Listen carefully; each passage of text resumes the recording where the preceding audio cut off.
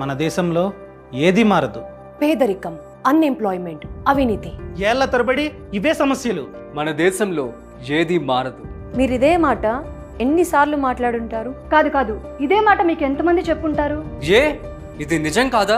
స్వాతంత్రం వచ్చిన ఇన్నేళ్లలో ఏం మారింది? ప్రభుత్వాలు మారాయి, కానీ రైతుల యొక్క పరిస్థితి ఏం మారలేదు. మనం చాలా సార్లు చూసాం రైతులు అప్పు చేసి ఆ అప్పు తీర్చలేక సూసైడ్ చేసుకుని చనిపోవడం.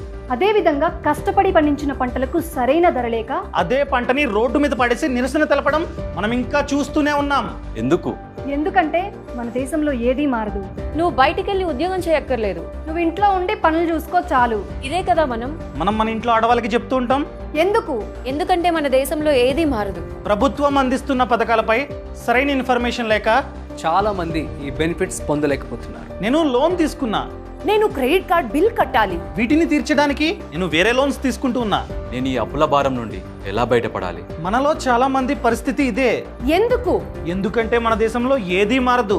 దేశ ఆర్థిక పరిస్థితులపై సోషల్ మీడియాలో మనం ఇష్టం వచ్చినట్లు మాట్లాడుకుంటూ ఉంటాం. కానీ మన పర్సనల్ ఫైనాన్స్ ని ఎలా మేనేజ్ చేసుకోవాలో మనకు తెలీదు. ఎందుకంటే మన దేశంలో ఏది మారదు.